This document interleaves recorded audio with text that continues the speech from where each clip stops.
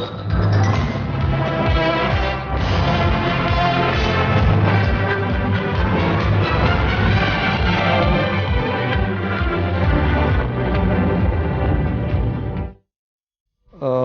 discussed some of the characteristic features of enzymes in the light of their chemical nature, today we will discuss the functional nature of the enzymes. And as most of you are familiar, catalysis is the universal property of enzymes. The essential characteristic of a catalyst is to accelerate the rate of a reaction that it is supposed to catalyze, but in the process it is not used up in itself, and in an ideal situation it must be possible to recover the catalyst at the end of the reaction. As a biocatalyst in the living systems, two very significant characteristic properties of enzymes are noted, that is the catalytic efficiency.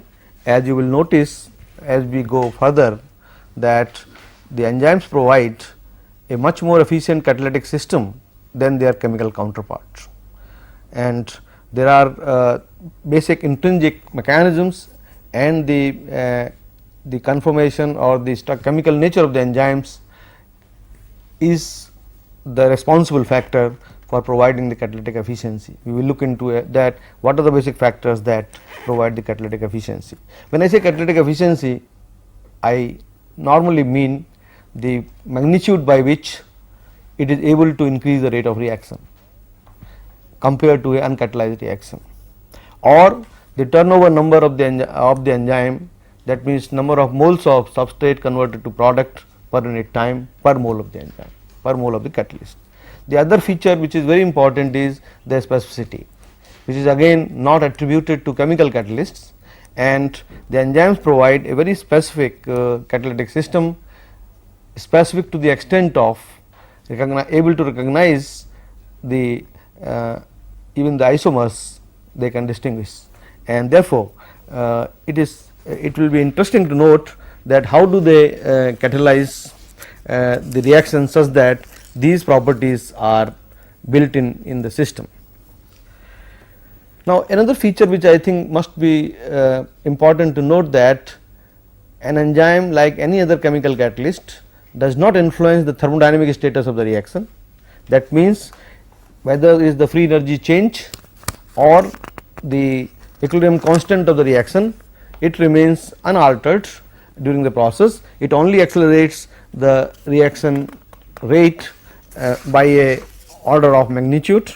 Now, just as an example, if you look at isomerization of glucose to fructose, the reaction can be catalyzed by an alkali, say NaOH. You can get isomerization. You can also carry out isomerization by enzymatic route using a glucose isomerase. In both the cases, the equilibrium constant of the reaction is approximately equal to 1. So, whether you carry out the reaction by alkali or by the presence of glucose isomerase, the reaction will end up under equilibrium conditions at a equimolar mixture of glucose and fructose, and that remains unchanged. The only difference lies by virtue of the presence of a catalyst or an enzyme in this case will be that you can reach to the equilibrium status much faster than in the case of an uncatalyzed reaction.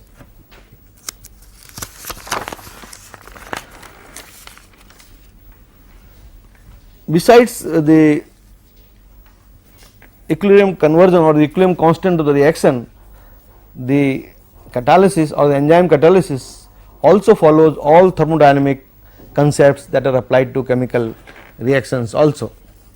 Now, basically sometimes it may look in the case of living systems that certain reactions that are catalyzed are in a totality have a positive free energy change.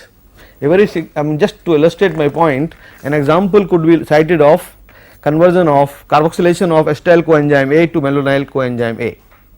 An enzyme carboxylase which catalyzes the reaction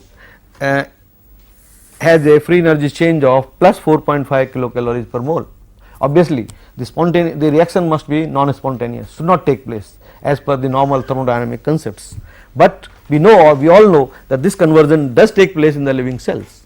Now, the basic philosophy is which essentially or apparently it may look as if enzyme is doing something which is not allowed by chemical thermodynamics, but in practice it is not so, because the reaction is catalyzed in association with another hydrolytic reaction which is energy yielding, which has a much higher negative free energy change, and that is hydrolysis of ATP to ADP and inorganic phosphate, and the free energy change of this is highly negative, minus 8.9 kilocalories per mole. Now, essentially while the reaction takes place as a coupled reaction of the two system, the net reaction is a coupled reaction where the acetyl coenzyme A carboxylation is coupled to hydrolysis of ATP, but in practice the reaction does take place in a living cell as shown in the second half, that is the enzyme which uses biotin as a cofactor activates the carbon dioxide at the expense of energy of the hydrolysis of ATP, and you get activated carbon dioxide with a negative free energy change, which is a spontaneous reaction, and this activated carbon dioxide then carboxylates the acetyl coenzyme A to manonyl coenzyme A, and enzyme along with the cofactor biotin is released free. The second reaction is also a negative free energy change, and therefore it also carries out, and the net reaction is sum total of the two reactions what we have shown here. So, therefore, the another feature is that the enzymes often show certain behavior which can be explained on the basis of coupling of more than one enzyme reactions, whereby they are able to produce certain net results which may look apparently to be non feasible, but otherwise they follow all the laws of chemical reaction kinetics as well as thermodynamics. Now, the catalytic behavior of enzymes can be probably best illustrated by chemical reaction rate theory. One of the most accepted theoretical interpretation of chemical catalysis can be considered from the point of view of chemical reaction rate theory, which illustrates that molecules can react only if they come in contact with each other. Therefore, that means the molecules do undergo certain collisions. Therefore, for different molecules or reactants to react, collision must take place. So, any factor or any parameter which increases the frequency of this collision between the molecule will tend to increase the rate of reaction. Now, two of the most sought after parameters, one is temperature. We know that if you increase the temperature of a reaction system, the frequency of collision will increase and thereby the rate of reaction. Another is if you increase the reactant concentration, again there also the frequency of collision will increase and therefore the rate of reaction will also increase. However, while collision among the molecules might lead to product formation as per this chemical reaction rate theory, but it is also understood by virtue of some of the studies on the distribution of molecules which undergo reaction, that not all the molecules that collide will result into the product. It is only certain molecules which have sufficient energy to undergo a reaction will result into the product formation, and it will be only a fraction of the total molecules that are produced, that participate in the collision process are able to yield the product. And therefore, now if you consider, say for example, two molecules in a binary reaction, biomolecular reaction, that is your A and B, and both of them are in the ground state, keeping in view all their electronic, vibrational and rotational ground state, but possess translational energy which makes them to move for the collision to take place. If they are to react, when they collide, the rearrangement of the electronic conformation in each molecule must take place. You see, when you consider two molecules, say for example A and B, which are supposed to react in the presence of a catalyst or without a catalyst, if the reaction has to take place, then they must start colliding with each other. Now, initially they will be at a ground state of their electronic, vibrational and rotational ground states, and ultimately but they will possess the translational energy because of which can make them to move and collide. And now, when they can react, they can only react when the rearrangement of the electronic distribution in each molecule, perhaps by transfer of atoms from one molecule to the other, takes place. I mean, I will just like to illustrate as probably a very clearly pointed out by Eyring in his transition state theory, that every chemical reaction proceeds via a formation of the unstable intermediate between reactants and the products. Say for example, you see, take the example of a hydrolysis of an ester, a very common reaction even occurring in the case of enzymatic reactions. Now, the ester, to the ester molecule a water molecule is added. Now, this addition of water molecule results into a unstable transition state compound which have partial bonds, partial negative and positive charges at the molecule, and now this unstable molecule which has a much higher free energy than the reactants will undergo to break down and give you the corresponding acid and the alcohol. So, basically the basic philosophy behind Eyring's transition state theory states that for each reaction to occur, it must pass through a transition state which is essentially a unstable state of the molecules, or unstable state somewhere in between the reactants and the products, and which has much higher energy than possessed by the reactants at the ground state. Now, this energy requirement is essentially considered as the energy of activation. That means, the energy of activation required, the energy required, free energy required for the reactants to reach to the level of transition state compound, compound is considered as the energy of activation, and now which will ultimately break down to give you the product. Or in other word, this energy of activation acts as a barrier between the reaction to take place. I mean, unless the substrate reactant molecules reach to that, cross that barrier, they cannot get converted into the product. Or to illustrate my point further from an energy diagram, if you consider the first stage, an uncatalyzed reaction. In the case of this reaction, you see the reactants are at a ground state. Now, the x axis denotes the extent of reaction, the y state is the energy content, and then the molecules have to undergo a increase in energy till the point where a transition state is reached, and this transition state will then break down, will undergo the reduction in energy and lead to the products. These are reactants, these are products, or A and B, and this is the product.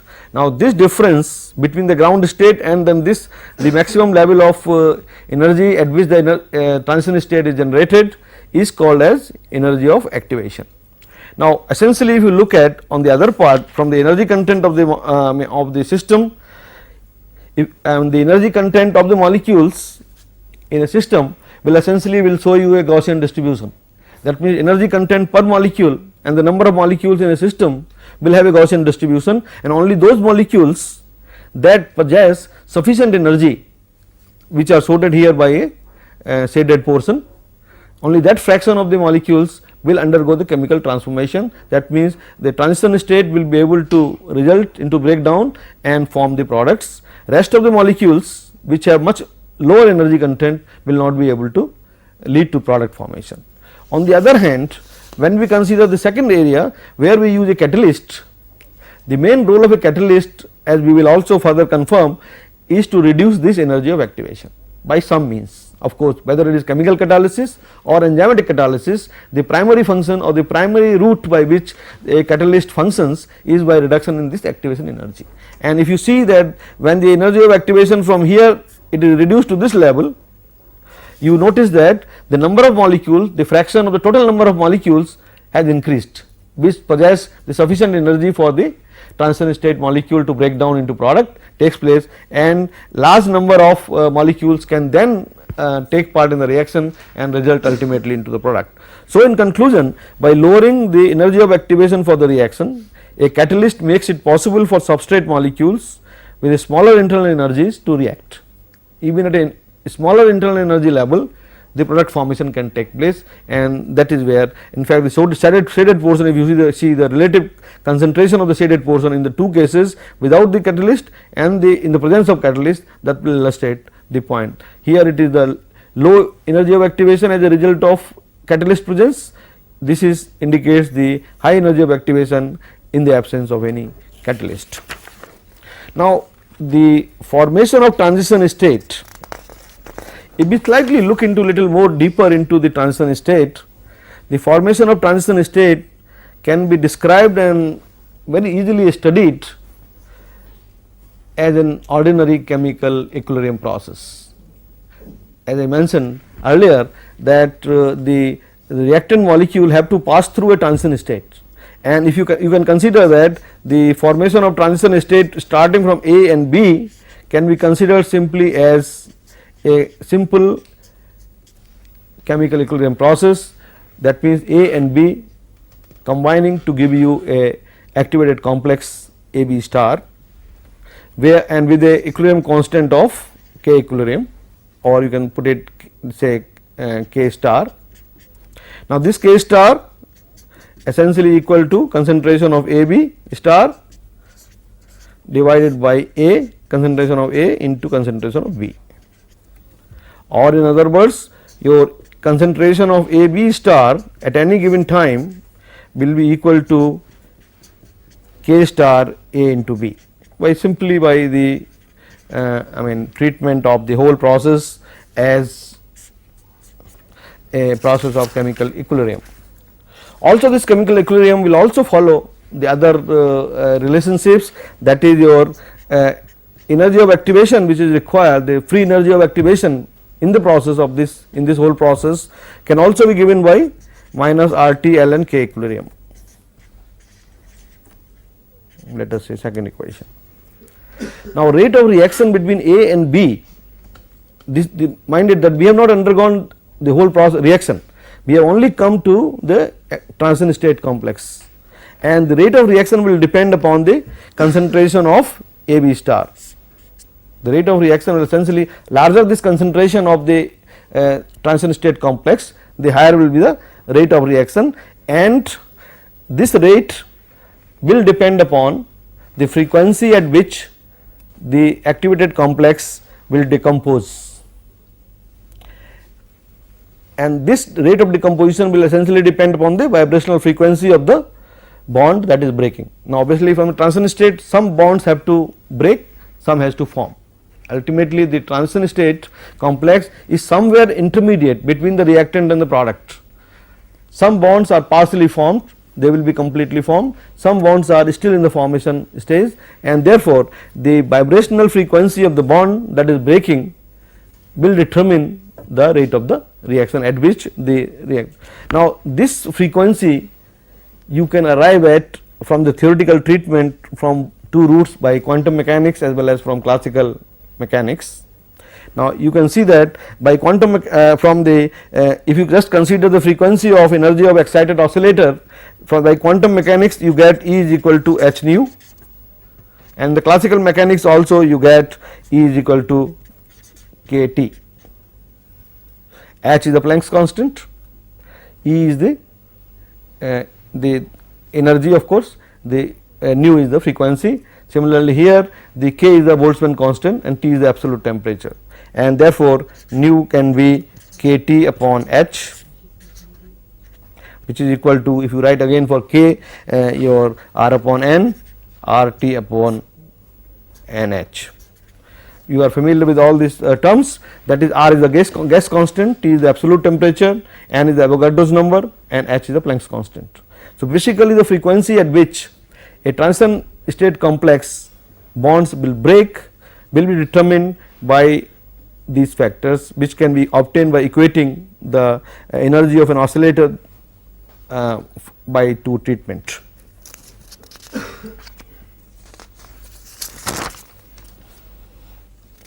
We had, as we mentioned earlier, the rate of the reaction, if I consider as R, will be equal to nu A B star. Third, the rate of reaction will depend upon the concentration of the transition state complex, and the frequency of this breakdown of this transition state complex will be same as that of the frequency of. Now, that can be written as R T over N H into K star into A into B, the expression we got for the concentration of the transition state complex from the chemical equilibrium process. So, basically you can look at now this term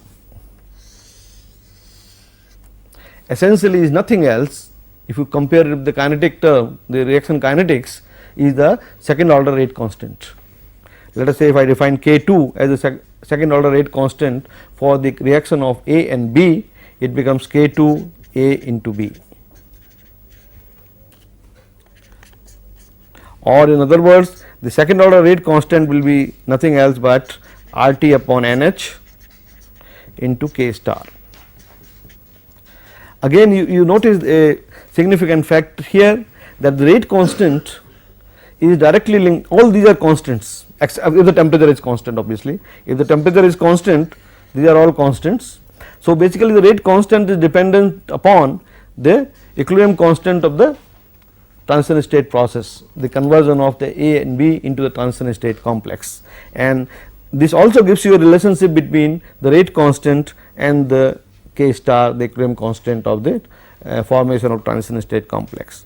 Now, obviously it will imply, or it will also be a very logical conclusion, that the faster reactions, if the reaction has to go at a very fast rate, then they must have a larger value of K star. That means, very at a fast rate the reactants must go into the transition state, or they must have higher concentration of A B star. Now, this equation will also allow you to calculate the value of K star and hence the value of activation energy using your earlier equation, that is your E star is equal to minus ln RT. In fact, this should be K equilibrium can be K star here. In fact, I have written it K star. So, now if you use the equation number 6 and 2, you can calculate the value of energy of activation for a given system, and obviously again you can also conclude that the faster reactions will have a smaller value of E star.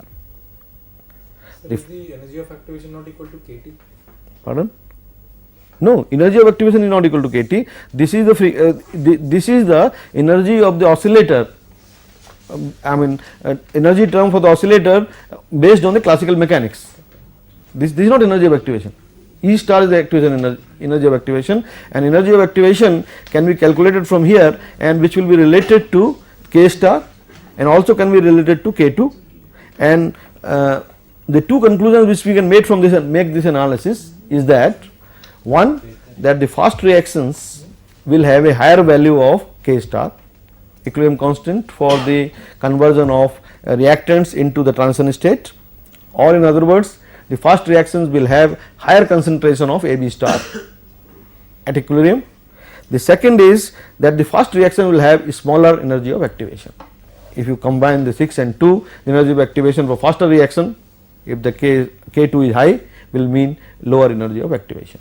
So, basically these two conclusions do arrive from the theory of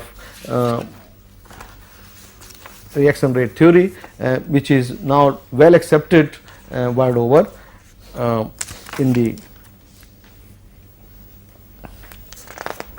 Now, going further from that point, if you look at what we talked about KT equal to RT over NH K star, you can also write K2 as equal to further by substituting the value from 2 RT over NH into exponential minus E star over RT 7.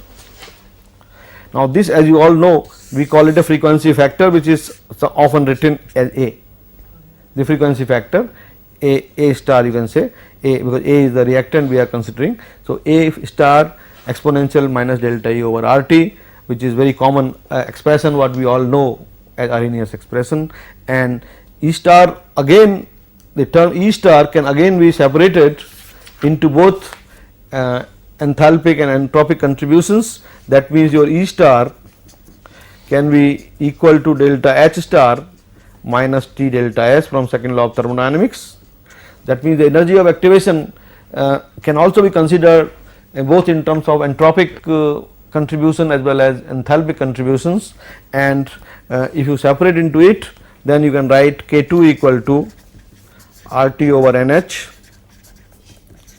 exponential delta S star over RT delta R into exponential minus delta H star over RT, and that is what gives you.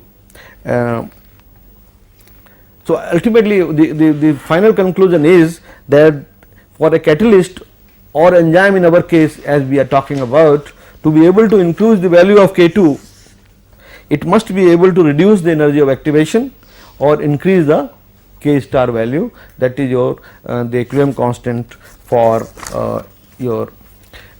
Now, that applies you commonly, this conclusion will apply commonly to a chemically catalyzed reaction or a chemically or enzymatic catalyzed reaction. Now, if you look at the performance of some of the enzymatic catalysts as compared to chemical catalysts, you will notice that enzymes provide very efficient catalyst. Now, a simple example where I can compare the reaction which can take place both by chemical catalyst as well as by enzymes is the hydrolysis of hydrogen peroxide, breakdown of hydrogen peroxide into water and oxygen, a very common reaction that takes place in living cells by the enzyme catalase. It can also be carried out by colloidal platinum. The reaction is also feasible under normal conditions without any catalyst. That means not a very non-spontaneous reaction, it is possible to carry out. The corresponding energy of activation for this reaction without any catalyst is 18,000 calories per mole, as against in the presence of colloidal platinum as a catalyst is 11,700, and catalase for the catalase is 5,500. So, you notice that one thing that the enzyme, and this is just a illustrative example, but I think a similar example can be cited from a variety of reactions that can be carried out both by chemical catalysis as well as by enzymatic catalysis, and the conclusions are almost same. The enzymes are able to bring down or reduce the energy of activation to a very large extent compared to chemical catalysts, and of course, we will again see how does it do. Another way to look at is another very interesting reaction in the living systems, that is on oxidation of methane. The methane monooxygenase enzyme oxidizes methane into methanol spontaneously in the living cells, particularly those organisms which can survive or consume methane as a carbon source. And this is the very first reaction which they carry out when the methane is used as a carbon source. Now, this reaction can also be carried out chemically using a chemical catalyst with a zinc catalyst at 400 degrees centigrade and high pressure, almost a few hundred atmospheres, and the turnover number is of the order of 2 into 10 to the power 4 per second. That means number of moles of methane oxidized per second per mole of the catalyst. The same reaction if you carry out at ambient conditions 25 degrees centigrade and ambient atmospheric pressure, the turnover number is as low as 1.5 10 to the power minus 7, almost negligible. Now, in the presence of the enzyme methane monooxygenase at 25 degrees centigrade and obviously at ambient pressure, the turnover number is 2.2 into 10 to the power 3, a much higher value, although it is lower than the one which is obtained at 400 degrees and few hundred atmospheres, but compared to a ambient conditions and the same catalyst, the catalyst here also it is zinc as a catalyst, the value is much higher. Now, very often a comparison of the first and the third case is not logical because the reaction conditions are different. and then considering and comparing the turnover number may not be a very reasonable proposition, but if you compare under the same conditions, the enzyme as a catalyst will provide you a much more efficient system, and I think one should look at how does it do that. The enzyme, how does it provide this kind of an efficiency compared to a chemical catalyst, because as I mentioned, the ultimate goal in both the cases is the same, to reduce the energy of activation, but the enzyme is able to reduce the energy of activation to a large extent as compared to a chemical catalyst, and also its turnover number is much higher. Now let us see what happens when we consider an enzymatic catalysis. Now in the case of enzymatic catalysis, we must bear clearly in our mind that one of the characteristic features is that enzymes has certain ligand binding sites, and more specifically substrate binding sites. That means enzymes can bind to substrate, forming enzyme substrate complex. Now these enzyme substrate complex then again provide a system which will undergo the energy of activation, undergo the transition state before the product is formed. Now if we consider, let us say, an enzyme catalyzed system and an uncatalyzed system, if you consider, let us say, a E plus A plus B, the same what we were talking about, a reaction between A and B,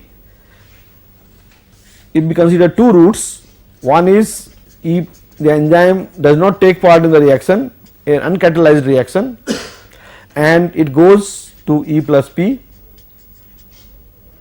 In the second case, we can also have that enzyme binds the substrates E, A and B and forms a enzyme substrate complex EAB.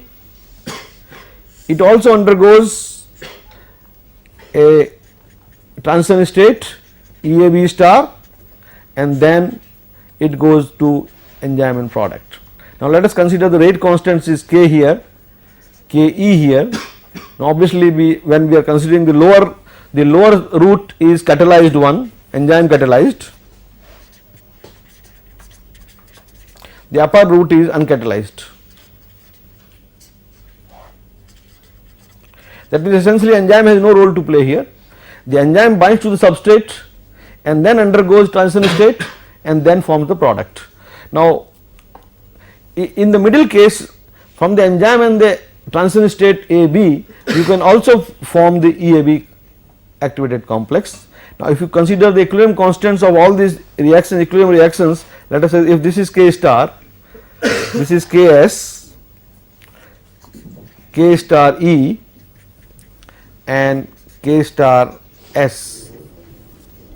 Now thermodynamically we can notice that ultimately we are interested in this as a catalyzed reaction, we are interested in the EAB star, which is the complex transition state complex, which will give you a product at a much faster rate.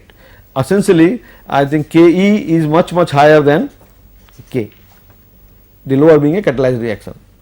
Catalyzed reaction will have a much higher reaction rate, and so this is, so essentially to really get the reaction at a high rate, we want a larger concentration of EAB star.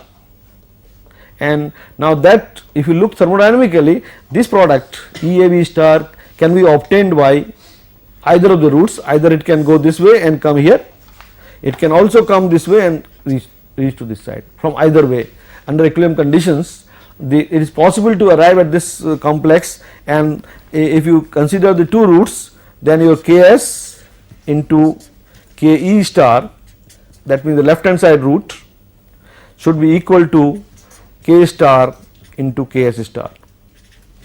The equilibrium constant, multiplications of the equilibrium constant of these stages should be equal.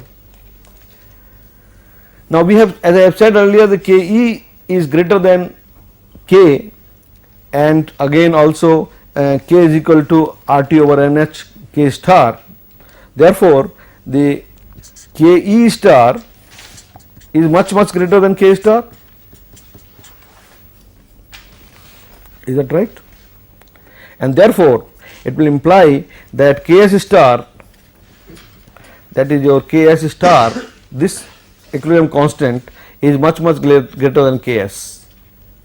This equilibrium constant Ks star That means the binding of the enzyme to the AB complex, uncatalyzed AB complex is much larger than the Ks, than the binding of the enzyme to A and B, which essentially implies that the enzyme binds AB star more tightly. The higher value of K star means the enzyme binds AB star more tightly than the substrate molecules.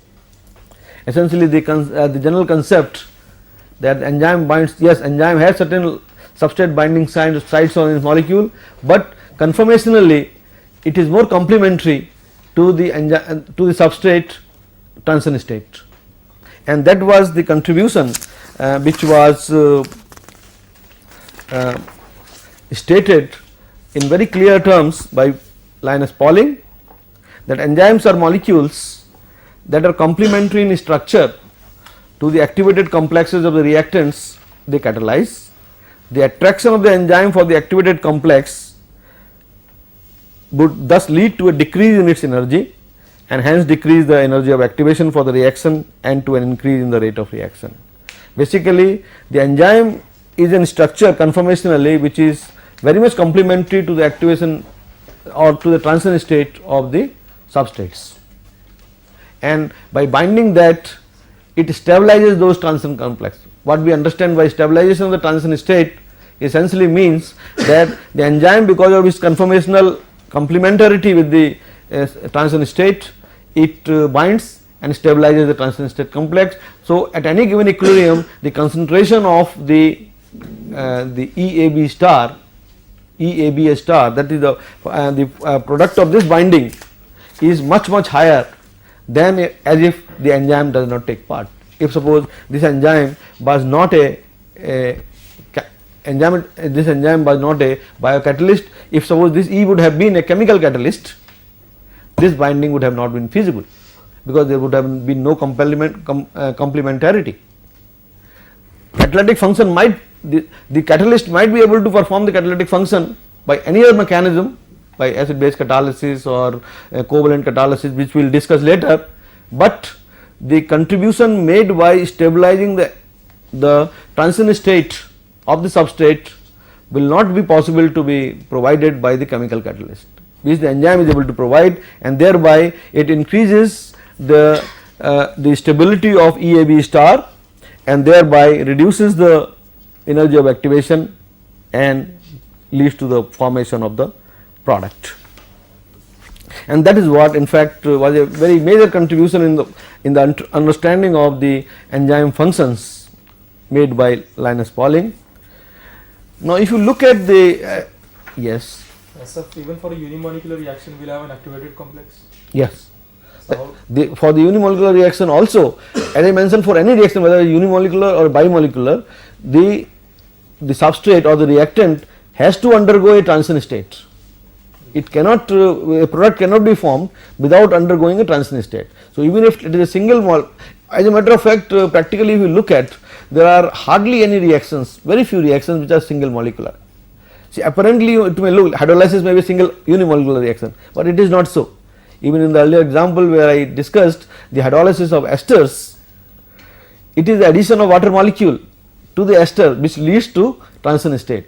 So, most of the reactions essentially undergo or involve either cofactor or water molecule or excepting certain isomerases. Yes, you are right, they will be truly unimolecular, but even in that case the molecule has to undergo a transition state, otherwise the reaction is not feasible according to reaction rate theory. Now, if you look at what is the contribution of the reduction, what is the magnitude of the contribution, I think yes. So, coming back to the role of the energy of activation on the reaction rate constant, you will notice that if you take arbitrary value of energy of activation, say from 25 kilocalories per mole downwards to 5 kilocalories per mole, the decrease of activation energy results in a very significant increase in the reaction rate. The magnitude, if you look at every step of reduction of the energy of activation by 5 kilocalories per mole, you will see that from starting from 3.16 to 10 to the power minus 6 at a energy of activation of 5 kilocalories per mole, you will go up to 1.33 into 10 to the power minus 10 to the power 9. That means a increase of the magnitude of by 10 to the power 15 fold of the rate constant. So, basically I mean it is a very significant energy, significant increase in the reaction rate constant, and the I mean just as a sort of a conclusion of this table, it will give that the rate of reaction under any given set of conditions, that means if you maintain same temperature and pressure and the substrate concentration, increase by a factor of 4.58 into 10 to the power 3 fold in the reaction rate constant can be achieved for every drop of 5 kilocalories per mole, which is a very large. So, therefore, even a decrease of the energy of activation by 5 kilocalories per mole can lead to an increase of the reaction rate by a factor of 4.5 into 10 to the power 3, a very significant number. And as a matter of fact, in practice, in the case of most of the enzymes, the decrease is of the order of about 15 to 20 kilocalories per mole in the case of energy of activation. So, therefore, one can achieve a very high catalytic efficiency in the case of enzymatic catalysis, and as you notice that this efficiency is primarily achieved by two distinct factors, as we saw today, which are unique compared to chemical catalysis. One is that enzymes have binding sites for the substrate molecule. The second is the enzyme conformation itself is complementary to the transition state complex, thereby it can stabilize the transition state and thereby increase the concentration of transition state in any given reaction at equilibrium, and thereby. Now, if you look at the whole picture of the enzymatic catalysis, again the energy diagram, as we notice the bold lines which go here from the starting state, from the ground state, E plus A plus B, uncatalyzed reaction, non-enzymatic reaction is this one, and you need the molecules have to reach to this status of the energy, so that the activation, the transition state can form, and it can be broken down to form the enzyme and product. In what happens in the presence of the enzyme molecule? The enzyme binds to the substrates A and B, forms EAB, and essentially this process also undergoes energy of the activation process. That means there is some amount of energy is released by this binding, and the enzyme substrate complex, instead of starting from the level of the ground state of A and B, now has reached to a state little higher than the ground state by binding process, and from there then again it goes to a the bound state. I mean, before reaching to the binding, even the binding process will undergo the transition state, and after transition state it goes to a for this binding process EAB is the product in other case, and then from here it has to the EAB has to go to transition state EAB star, as I showed in the earlier comparative figure, and then this EAB star, which is essentially much smaller than the energy level of AB star, uncatalyzed reaction. So, basically you have an advantage, and this EAB star is reduced by virtue of the complementary nature of binding of the enzyme molecule to the AB star. Essentially the concentration of EAB star is increased by significant amount, and thereby lower energy level, at lower energy level this equilibrium can be achieved. So, basically the two factors which contribute to the reduction in the activation energy or the efficiency of the catalyst as enzyme as a catalyst, one is binding of the substrates, other is complementarity of the enzyme molecule to that of the transition state, and therefore and then subsequently again the same process follows on the reverse direction. That means EAB star undergoes into breakdown products, whereby instead of product directly being formed, you form EP, the enzyme bound to the product, the enzyme product complex, and then this EP again breaks down to the next level of your product level, to the final, which is same as of the uncatalyzed reaction. Therefore, one is by binding process the enzyme processes start at a much higher energy level than the ground state as applicable in the case of uncatalyzed reaction, and the other is the complementarity of the enzyme conformation to that of the transition state complex. These two factors put together give you a much higher catalytic efficiency, as we noted in the case of one of the examples which I illustrated, to carry out a conversion of reactants into product. And the dotted line here indicates the process. In fact, as a matter of fact, I have shown here only one step, just for the sake of clarity and removing the congestion, whereas this process might undergo more than one humps.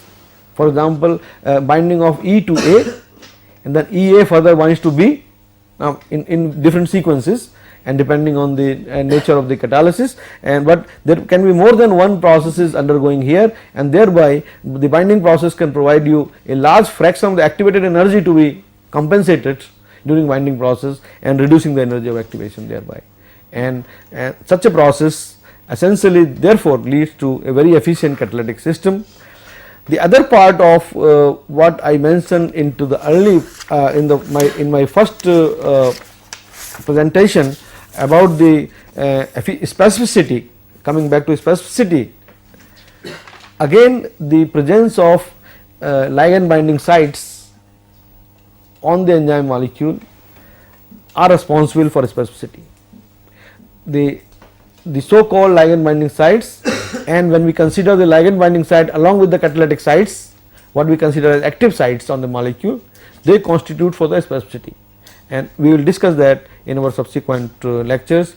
So today, if you recall, we have considered in general the basic theoretical consideration behind the catalysis as it applies to any chemical process. Secondly, how enzyme under the same background is able to provide much larger reduction in activation energy and provide a more efficient catalyst compared to a chemical catalyst, and with this we will stop today.